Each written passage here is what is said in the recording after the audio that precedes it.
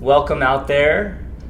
My name is Jeffrey Goodman. I'm the Director of Marketing and Development with the YMCA of Northwest Louisiana, and we are here for episode 8 of our new podcast interview series entitled Shreveport-Bossier, My City, My Community, My Home. My guest today is Verni Howard, the Executive Director of Providence House, and I am super psyched to have Verni, so thanks so much for being here. Thanks for having me. It's a pleasure. My pleasure. Absolutely. All right, Verni. So my first question is, you once said, people have looked at community as just their neighborhood. Community is so much bigger than that. To be a part of a community means you don't just live in a space.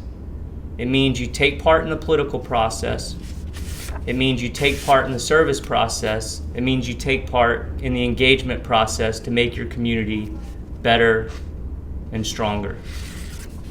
Talk to me about this quote above. I find it so inspiring and aligned with what we're trying to foster with the discussions like we're having today. First, thanks so much for having me. And I do remember the quote very well. I think unequivocally, people regard their community just as their little neighborhood.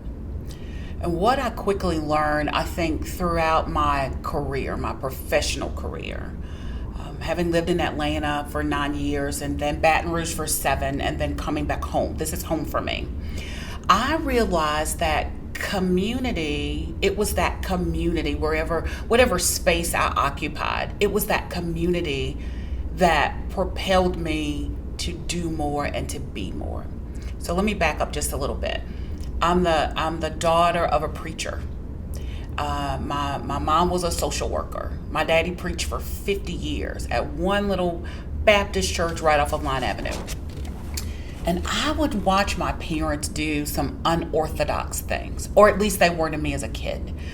I would come home and my mom would be emptying her freezer and sharing with a neighbor. And I would always say, well, are you giving all of our grocery away? Like, what are you doing? Like, what are your... And my mother would always say, we are our brother's keeper. Didn't understand that at 10. I thought, there were my Fruit Loops going to the neighbor. You know, what's the deal with that? And so it was in that moment, or those moments, that my mother and my father were teaching me in their own discreet and maybe not so discreet kind of way that while we have food, you have to be concerned with the woman that lives next door whose 3 children go to school with you, and we know that she's not had a meal. And so those little bitty life lessons, even when I was in church, and church was about welcoming everyone. Everybody had a place and space. Everybody belonged. If you couldn't sing, you could still be in the choir.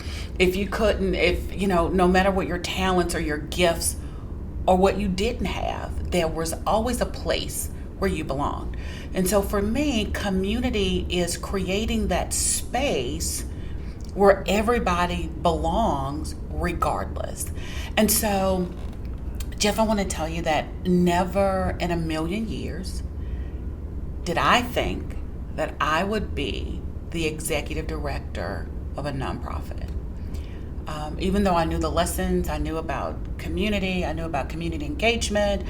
Not only did I watch my parents, but even when I was younger, I was involved in a girls group. We serve the community. And sometimes you're mimicking what you see. It's when you become an adult that you live those lessons. But my career path really started in banking.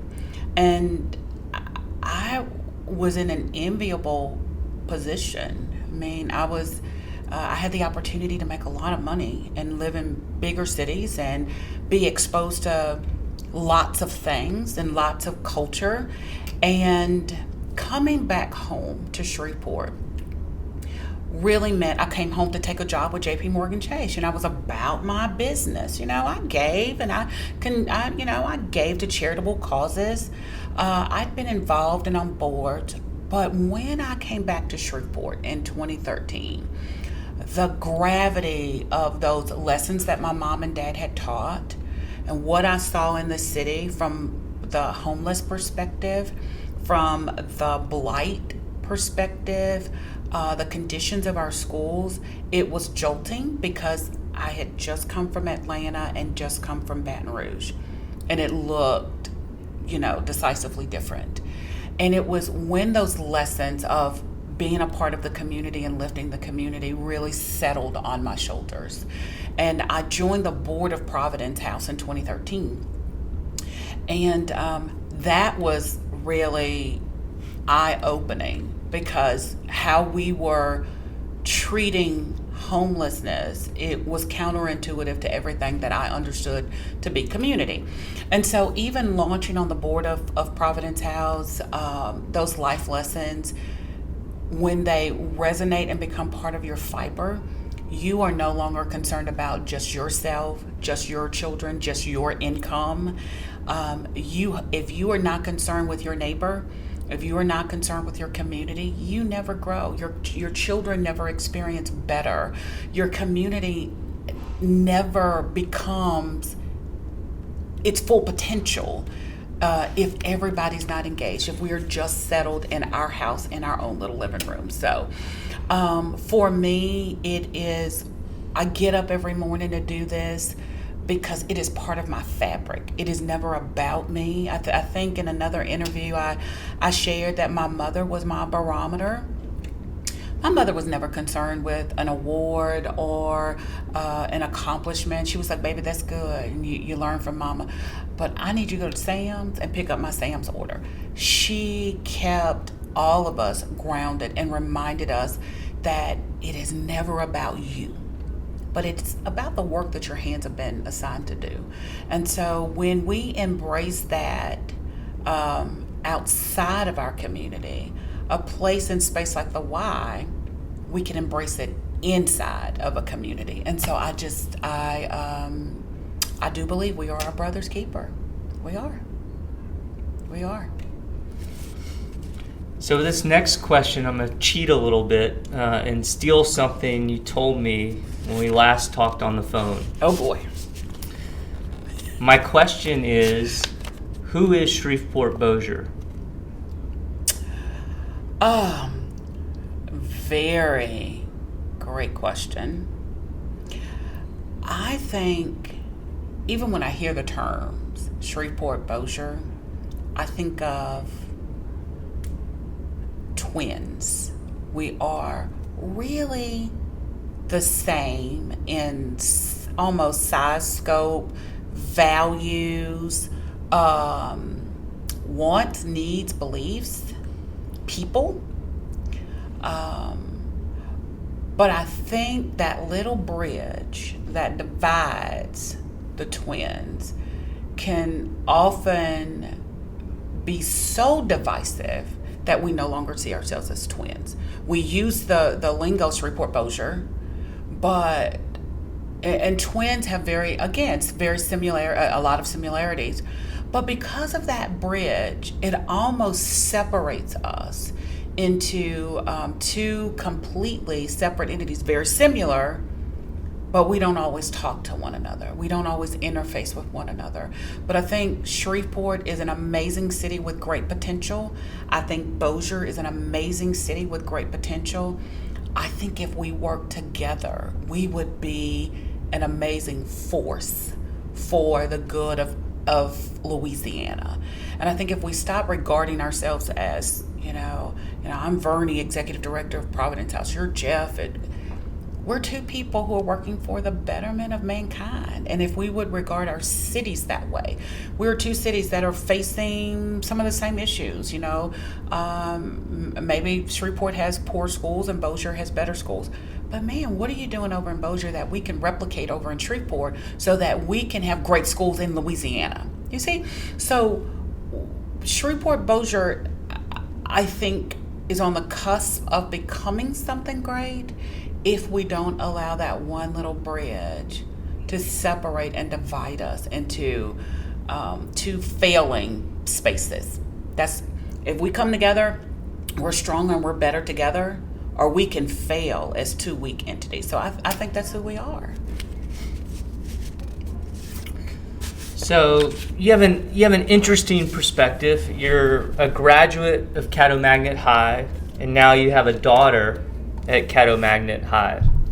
As you watch your daughter experience Caddo Magnet in 2022, what makes you concerned compared to the experience you had when you were there during the 80s? Wow, that is an amazing question, because my daughter is so much smarter than I am. I can't tell her that. My experience, what concerns me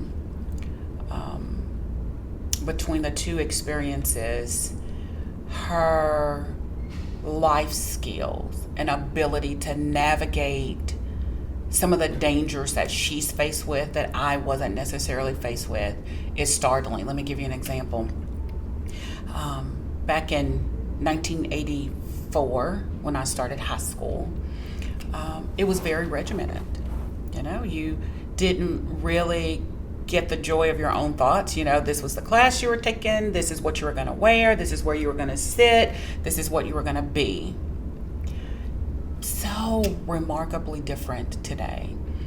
When I look at the kids at Caddo Magnet, when I listen to their conversations, and I think that's where I would really want to kind of hang out, their conversations, they are exposed to things that I was never exposed to.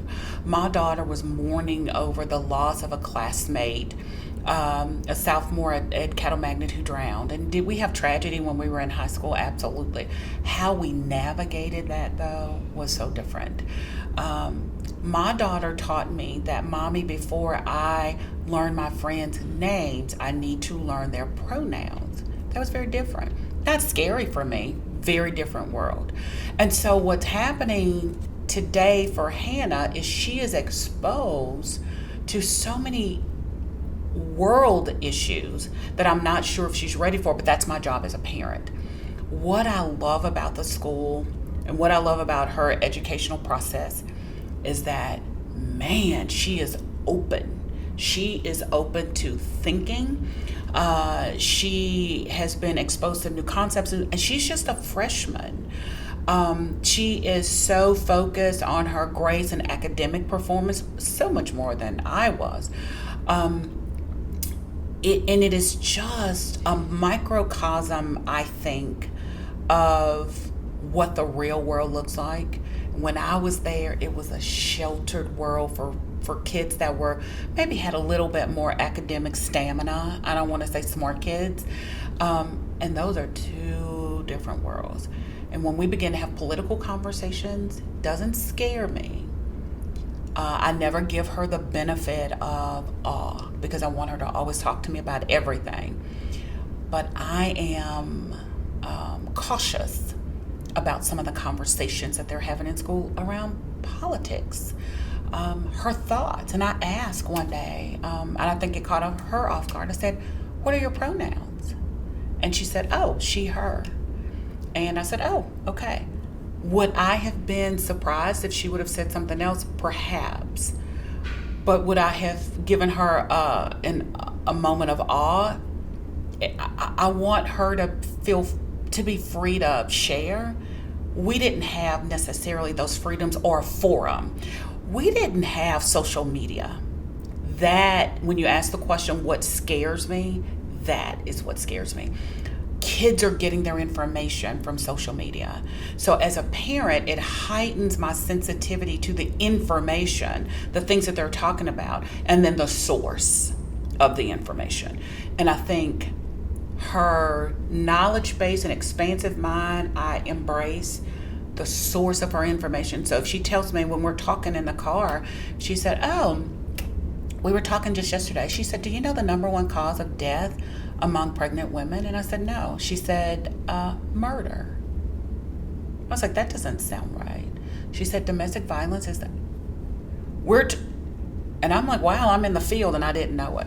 So we are talking about things that matter. And my first question was, where'd you get that? What was your source of information? Was that TikTok? Because if that's TikTok, don't tell me it's TikTok. So these kids are getting information, and they are shaping and forming their thoughts and ideas around information. So as a parent, I am more aware of my role and my husband's role in buffering what is true and what is maybe not true. And it is a hard role for parents, because when they're talking about it 8 hours a day and believing it 8 hours a day, and when you extract them from that environment, I need to make sure that we are giving her accurate information and accurate resources. So if there's a thing as scary, that is the one thing that scares me, with the source of the information. But what I love is the expansiveness of her mind, and it's a beautiful process to watch. So my little boy says, "Mommy, Hannah's just like you," and I said, "No, she's really smarter, but don't tell her. Please don't tell her. Please don't tell her." So it's been a great experience. The school has been an amazing experience for both of us. In fact, she's taking an AP exam tomorrow.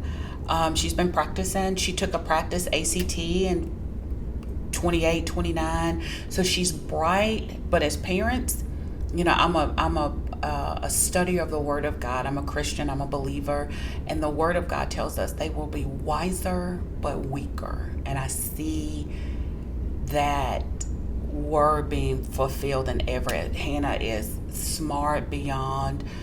These kids are so smart because they are engaged with information, but they're also so weak in sometimes their foundation. So yeah. And what makes you've covered this a little bit, but what makes you hopeful as you compare your high school experience to what you see your daughter experiencing now? Those kids make me hopeful. Let me tell you, they don't care what their mom and dad's political beliefs are. They care and they want to hear, but they are smart enough to shape their own thoughts. They're not going to be steeped in something that they really don't believe in. They rally around something that they believe in. So I am hopeful that girls, young women, understand that they are not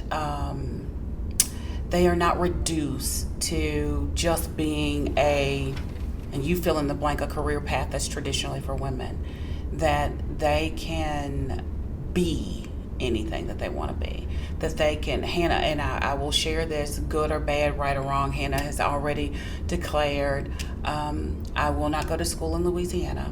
I want to go up north. I want to learn and I want to see something bigger, because I want to come home and make Louisiana better. That is what gives me hope. The fact that she's saying, I want to see something bigger so that I can come back and make this better. That gives me hope. It gave me hope, her first event, that there was a group of girls that got together and went to their first dance, and not a single girl looked the same. That gives me hope. They were from different countries. Nobody was one of the same of anything. There was every nationality represented. That is why I love Caddo Magnet, and that is what gives me hope. It gives me hope that my 11-year-old boy who's at Fairfield challenges my 14-year-old daughter who's at Magnet High. That they understand that education is the one thing that you hold on to, that no one can take away from you, no one can minimize it, that gives me hope. That I have a boy who is not focused on gangs and things like that, but wanting to be smarter than his sister. What gives me hope is that my daughter is engaged in the world and the processes. And I'll just give you one quick example. When Natanji Brown Jackson was going through confirmation, I saved the text messages, because she would watch clips, and there was a senator that asked one of the most brilliant women on the face of the planet, what is the definition of a woman? And Hannah responded, to me, is this really a question? Like, who asks a question to a person that is being confirmed to the United States Supreme Court? Who asks a third grade question to a woman of such brilliance? And my response was, a person who has not yet valued women of color, who have not valued education, a woman who is, or a person who is looking for an aha moment, instead of a person asking a question about how you will serve and how you will govern in the highest court of the land. And Hannah's response back was, "This makes my heart sad." And I will keep that text message, because at 9th grade, 14, she's already recognizing that you can be bright and you can have checked off all the boxes. And because you may be a shade darker, that someone can question that.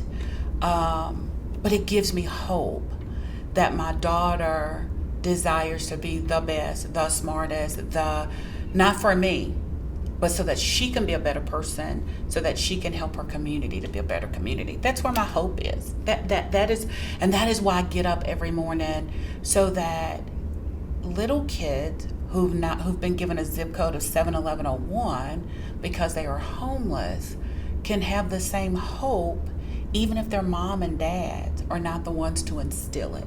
Even if it's a case manager at a homeless shelter, or a crazy ED who believes that everybody can be anything that they want to be, if they have the educational background, if they have the desire, if they have what I call grace and grit to do it. So it's not, going back to our initial question, it is not just my responsibility to raise up Hannah and Matthew. It's my responsibility to raise up children that can see bigger than their natural landscape. That's where my hope comes from, and that's why I do this very hard work every single day. And who, just going back to something you said earlier, who is creating? Who do you credit with creating that culture at Caddo Magnet, and creating that culture of openness, or that culture of being okay to trust your beliefs, or trust your feelings, trust your instincts? Where's that coming from? I think that environment is facilitated. When I say boots on the ground, instructors certainly reinforce that. Those teachers are having conversations with those kids. Sometimes I think it kind of skirts right there on the edge, but when you step back and you look in, when a teacher is willing to share with you their fears and their failures, to say, hey, let me teach you some life skills, those teachers are the boots on the ground, and they are really enveloping those students and giving them not just this protective bubble that parents give, but they're giving them a protective space to think.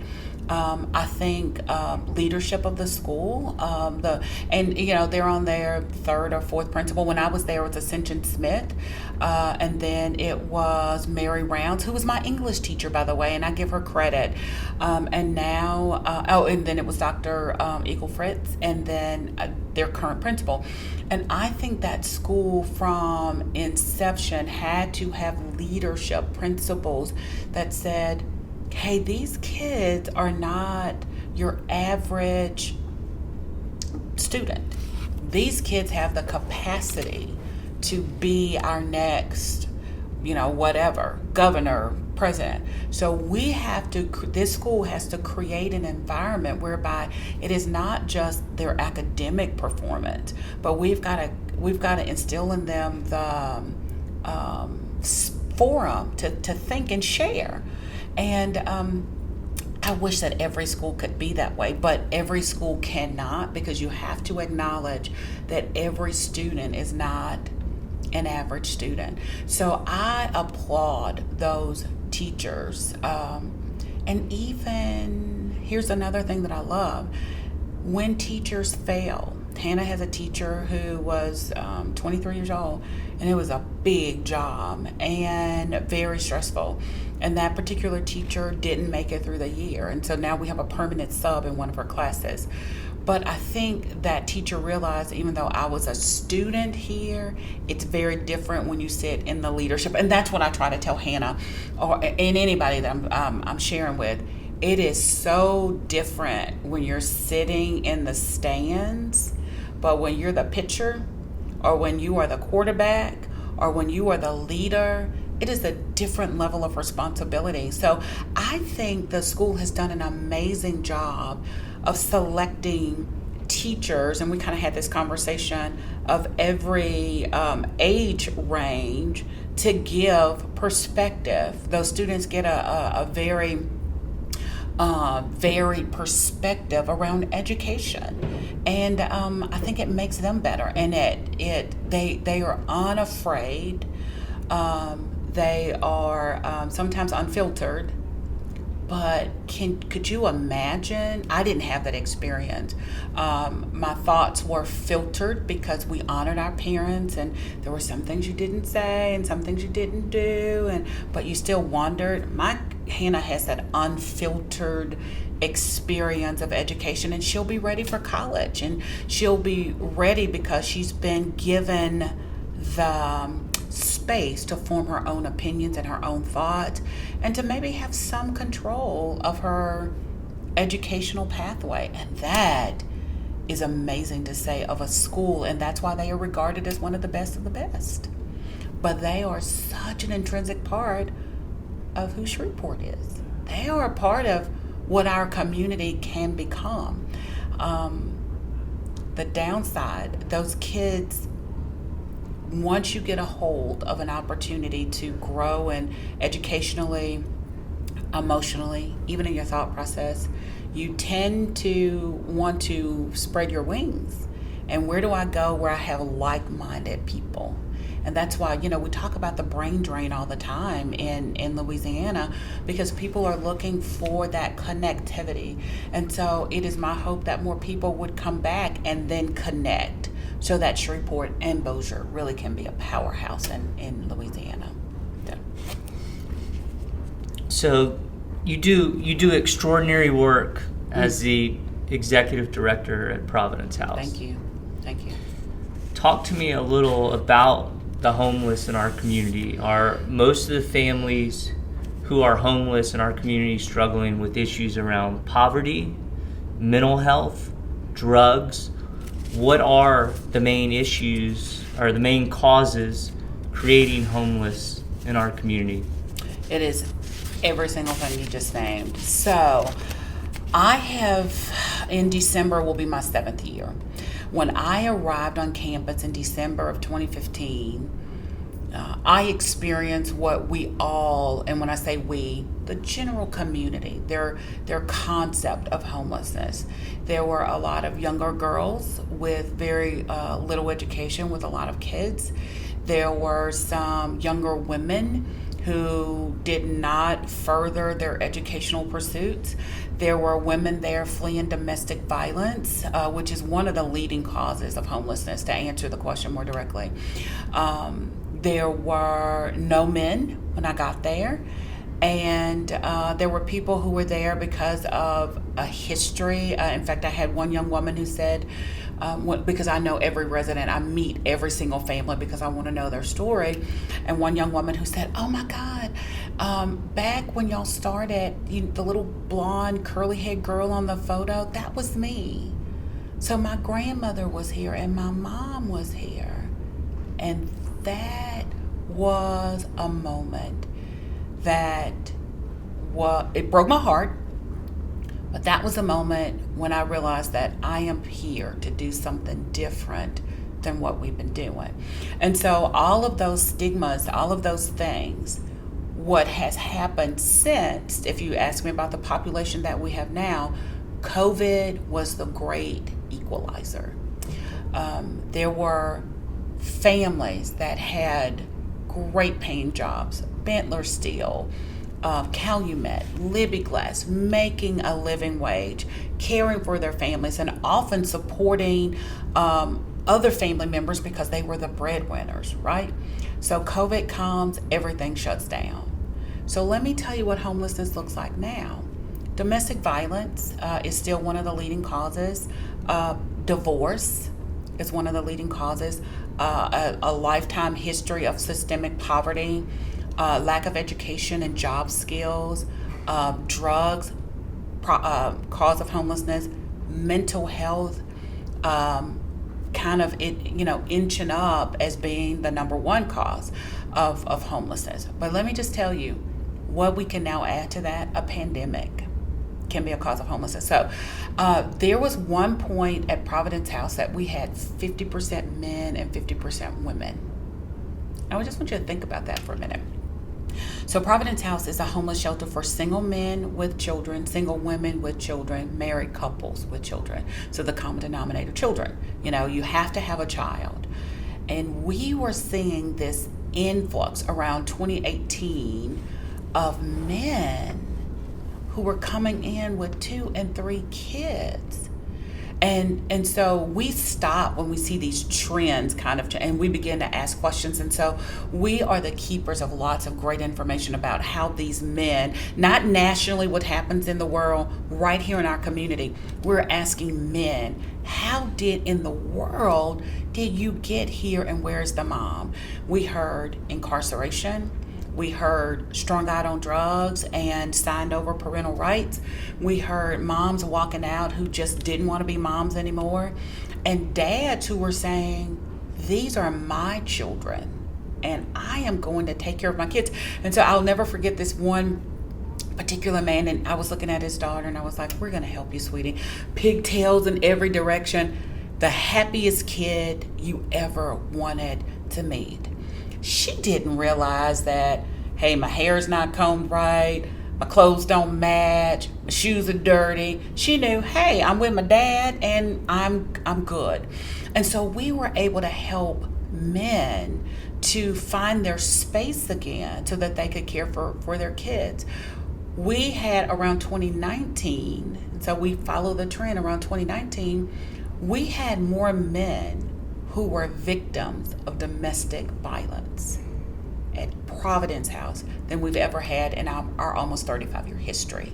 And so you would think men victims because they knew if I struck the woman that I would go to jail and be separated from my kids. And so one of our greatest success stories is Benny Brown, who was a victim of domestic violence. He's allowed us to use his name, his picture, his story. He works at Drug Emporium right now. He's been working since 2019. The community rallied around him, made sure he had a new car, taking care of his kids, doing amazing things, a victim of domestic violence. Then we get to COVID.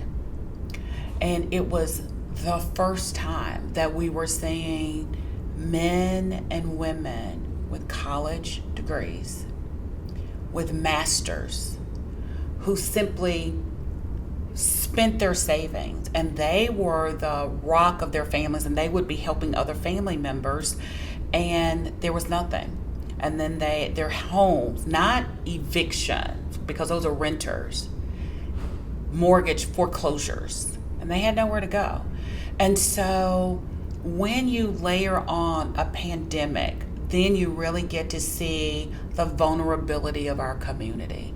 And when you would hear, and I'm sure we've all heard it, people are just one paycheck away from, homelessness. It is true, and it's especially true in our community, but not just our community, it's true in our country.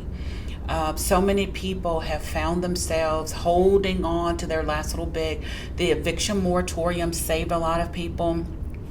But I would tell you within the last 3 weeks, I've gotten 5 phone calls from the sheriffs who were putting people's furniture out and calling us saying, can we bring the family? Absolutely. I have a gentleman right now who suffers from diabetes, on dialysis, only source of income, Social Security. So, our mission is to get you self-sufficient, right? So it's either a job or job skill. Well, we are having to pivot a little bit. And so, because I know that he is at his highest level while on dialysis, but he has 2 boys. And so now, his highest level of self-sufficiency is going to be his Social Security income. But now I have to shift into, how do I get this family housed sufficiently so that their income supports their living, so that they're not homeless. It is, I want for people who are listening or will view this podcast to really close your eyes and really think about what I'm saying. One pandemic destroyed an entire family's mobility, their security, their mental health. And so now what we're seeing, I see people who are angry. They're not angry at me. They're not angry at the system. They're angry. And so the fallout of anger is more violence. I would call it callousness and carefreeness. And so that's what we're seeing when people find it okay to drive down Fairfield and shoot randomly, and a 13-year-old girl is dead as a result.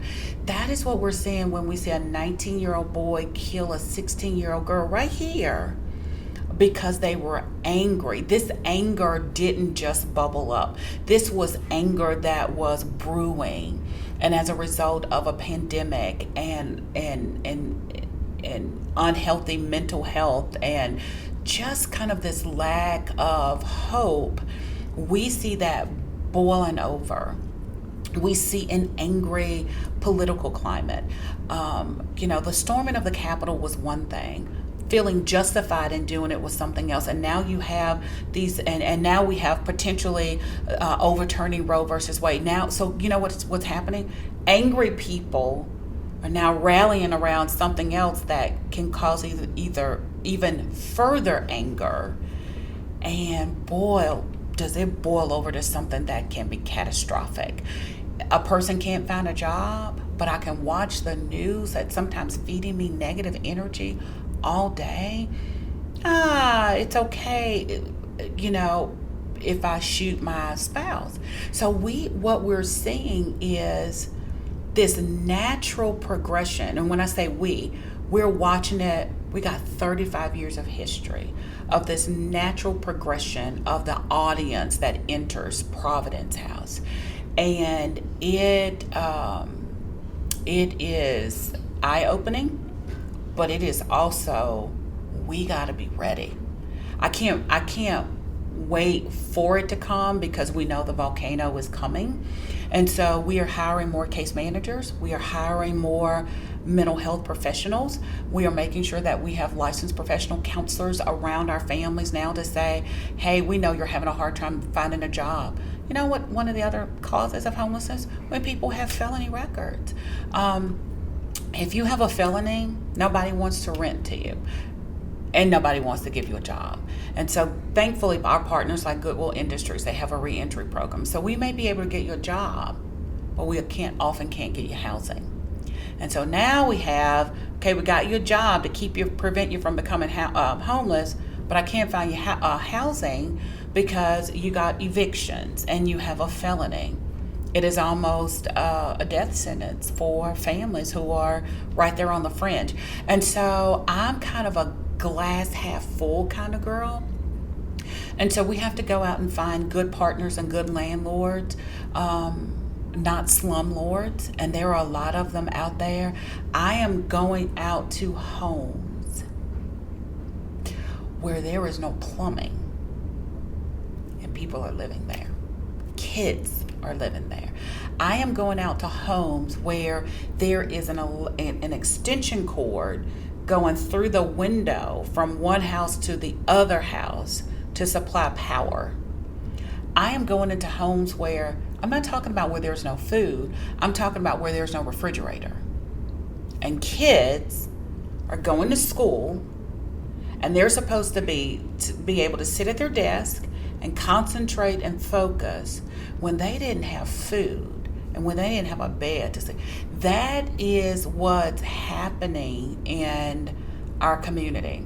And so let me tell you, I'm in an enviable position because I get a little bit of funding through the city of Shreveport to prevent people from becoming homeless. And so people would say, well, if you prevent people from becoming homeless, then you're going to run your shelter out of business. Well, that's our intent. That's our intent. We're breaking the homeless cycle. We don't want that families are living in a communal environment. That's not natural. That's not normal for me to have my husband and my 2 kids sharing a bathroom with another family that I've not met, or to eat in a kitchen where I don't get a choice over what I eat. That's not normal. But what is normal is that families eat together at a table and we have conversation. So if that means that I can help pay your rent for 3 months while your husband goes, or while you go out to look for a job, then that's breaking the homeless cycle. But what I am finding more and more, some families don't want to go look for a job. Oh, I'm only going to make $10 an hour, but that's $10 more than you had. And so we are trying to shape and change mindsets. We are teaching parenting skills, so that if you are angry, you don't have to take that anger out on your kids. You don't have to abuse your kids. Or if you feel hopeless, there's a counselor, there are people to talk to. So what we do in one little bitty space at 814 Cotton Street is not just, and it's going back to our very first question. When I started, we cared for our little community that we call Providence House. Over my 7 years, everything that we do is open to the community. Our adult high step program, it's open to the community at no cost. Our child development center, it used to be just for Providence House kids. It's open to the community. Our workforce development program in partnership with BIPSI, because I believe you come across that bridge. So we have an extension of BIPSI's campus right there at Providence House. It's open to the community. So because we know what's happening, we can't just help our little families at Providence House. We've got to raise up this whole community. And so homelessness is a cause that will never go away. The Word of God teaches us, the poor you will have with you always. But my responsibility, my call, my purpose is to empower you no matter what your socioeconomic status is. And so we do great work at Providence House. It is a team of people that hold me up and say, hey, you go keep telling the story. We're going to take care, we're going to protect the village, and we're going to go outside in the community and share with others in the village. It's being our brother's keeper. What my mom taught me, what my dad taught me 50 years ago. And so that's what we get to do at Providence House. And so homelessness is the same issue, a different face. The face looks like us now. It looks like 2 educated folk, great vocabulary perhaps, great opportunities, great families who found themselves in the midst of a pandemic. And the pandemic did not buffer any of us. In fact, it exposed the vulnerability of a community. And so homelessness is not just that 16-year-old girl with 3 babies and no education. It is the woman who is fleeing domestic violence but has an MBA. That's what it looks like. And so what I love about being a visionary is because I am armed with information, I don't have to wait for the federal government to tell me what types of programs I need to have in place. I don't need to wait for another organization to tell me, oh, get ready, violence is coming, because we see it. I have a team that we sit around a table and we say, okay, where do we need to grow in order to meet the demand that we know is coming? And so it is more counselors, it is more workforce development, it is more early childhood development, and I think those need to be our child development center. Those have to be the highest paid staff members, because if I can teach baby words, sentences, reading, then they have a chance of circumventing homelessness where mom and dad may not have had that same opportunity. So homelessness, the face has changed since we started back in 1988, and will continue to change as our culture and our world changes. So. All right, so I'm down to my last question. All right, I'm ready. Verni, what changes do we need to make to this community? What changes do we need to make this community a place your two very bright kids would want to return to live after they complete their schooling? What changes do we need to make? I think we need to change the face of leadership, and let me be very specific about that. That our leadership ought to include everybody within our community. I think we have to stop hiding in corners and sharing our messages just around the water cooler and be active in our community. Sometimes we are so concerned with offending people. I don't want to say that, even if it's the best idea or the right thing. And I think there's always a way to communicate and with diplomacy. I think we have to stop looking to everybody else to resolve our problems and really roll up our sleeves and be a part of the solution. It is not our school's responsibility to completely educate our kids. It's parents' responsibility to be part of that educational process. It's our responsibility to make sure that we send our kids to school equipped with what they need to learn and grow and be successful. So we have to stop pointing at, it's the school's job to fix this. It's only the police's job to solve crime. It is all of our jobs. And I think so often we sit back and we say, oh, our tax dollars pays your salary, go fix it. But one person can't fix what's a systemic problem. So I think our leadership needs to be reflective and inclusive, that people of color, of all color, it should look like my daughter's first dance. It should look like the Rainbow Coalition. It should look like everybody getting in there. It should look like Caddo Magnet, where it doesn't matter what you believe or what your pronoun is. Do you have a solution to resolve what's been going on? I think we draw these really hard lines in the sand and we don't cross them. I think we got to start crossing the lines in the sand. I believe that we have to stop allowing our politics to drive our policy. Right is right and wrong is wrong, and it's okay to have a different belief, but don't let the politics become so divisive that I won't reach over and work with you if it means making our community better. I believe we ought to listen to the voices of our young people. And I think we ought to allow them to be a part of the process early on, instead of saying, oh, no, let me fix it. And then you come back when I fixed it. And they come back to different person, same old thing. Because it tells our children, business as usual. I think we need to be creative and stop and not reinvent the wheel, but look at cities who are prosperous and who are doing it really well, and call and say, hey, I'm Verni Howard. How do I replicate what you have done in our city to make our city better?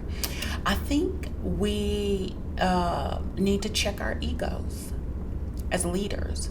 I think as soon as we stop having an exalted opinion of ourselves, to say, you know what, I've done. I've run a shelter for 7 years. It's 35 years old. But if somebody comes in and say, hey, have you ever thought about maybe putting a Y at Providence House, because diabetes, obesity, mental health is going to be our next traumatic event?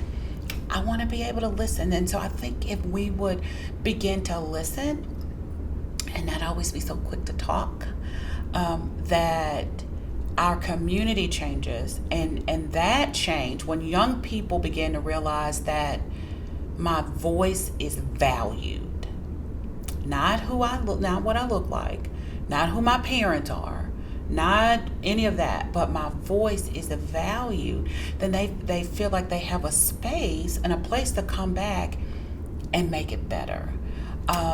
I see right now, if you were to ask me, I see my children living other places. I see them wanting more. I see them yearning for bigger. But I also know that if they had the same opportunities here, if they had commerce, if they had jobs that would pay them the same as they're going to make in Atlanta. Why do you think I ended up in Atlanta? Somebody took a chance on a little girl who grew up in Moortown, one of the poorest neighborhoods in our community. But look what can be produced out of Moortown. And somebody gave me a chance because my mother and my father insisted, hey, we don't use slang in this house. I remember saying something, and my mother said, repeat that? Because I was trying to find the subject and the verb and how they agreed or disagreed with one another. And so that we have to have more moms who will say, and more dads who will say, hey, Jeff, you may not be my biological kid, but I see something in you. People have to begin to invest in one another. But you know why we don't invest in one another? We're fearful. We don't know enough about one another. I stop my kids when they begin to use this broad brushstroke to paint a whole group of people. We don't do that. And when I hear my kids doing that, I'll stop them. When they say, oh, all blank people do blank. Really? I told my daughter, I said, well, that is a very racist thing to say. That is a very closed-minded. Well, Mommy, I don't remain all, but that's what you said. And when we begin to realize our word can either lift a person, our words can cut a person, being careful how we say things. I think if we took the time to do more of this and just talk, even if it's one-on-one or two-on-two, we would learn that we are more alike than different, but going back to Hannah, where we get our information from. So if the belief was all criminals are young black boys, then another person may not feel inclined to invest in a young black boy whose name is Matthew, who's not a criminal. But if we believe that all young black boys are doing X, then you would have to group Matthew in that group. Matthew's aspiration is to be an Eagle Scout. He just made Boy Scout. He was a Webelow, and he was a Cub, and he was a Tiger, and my husband is a den leader. So my husband and I invest in our kids. So Matthew understands that men invest in their families. See, we're teaching something. And so some boys may not have the gift of dad being home. But when a community says, I am determined that you are going to be successful. That's what teachers did when I was growing up. So when we have community investing in and not being fearful of, I think it creates a better place and a place where our kids want to come back. We got to give them something to do. There is nothing on the weekends for our kids to do. So we drive to Dallas. So Matthew went to a Texas Rangers Atlanta Braves game last Saturday because he's an avid baseball player. But he played on a team where he was the only boy of color. But guess what? He didn't even know that he was the only boy of color because he was on a what? He was on a team. He was working for the greater good. They wanted to win the championship. Mom and Dad were there, and we became friends with other parents. They got to know us, and nobody looked at the color of our skin. Maybe we may have noticed, but that wasn't the driving force. So I think for my kids to come back and want to be here, we have to have a thriving economy. We have to have bigger thinking. We have to have a community of inclusivity. We have to have things for them to do and grow and want to be a part of. And I think above all, we have to teach our kids, whether it's the parent or the community, that we cannot just be concerned with what's happening in our own home. That we have a responsibility to raise up this community. I don't care if you don't live in Cedar Grove. I don't care. But if there's a kid in Cedar Grove that needs Hannah to tutor in math, well, let's get our butts in Cedar Grove and tutor that kid in math so that that kid has an opportunity. So I think when we all get together and can play nicely in the sandbox and stop drawing these hard lines, this is my territory, and open it up and say, this is our community, then we're creating that place where our kids will come back and they will thrive and they will give and they will sow of their time and their talent to make Shreveport-Bossier really a twin city with an invisible bridge, as opposed to the bridge that we now have that separates us. That's what I think. Thank you. Thank you for having me. Absolutely. And thank you guys for listening. What a treat.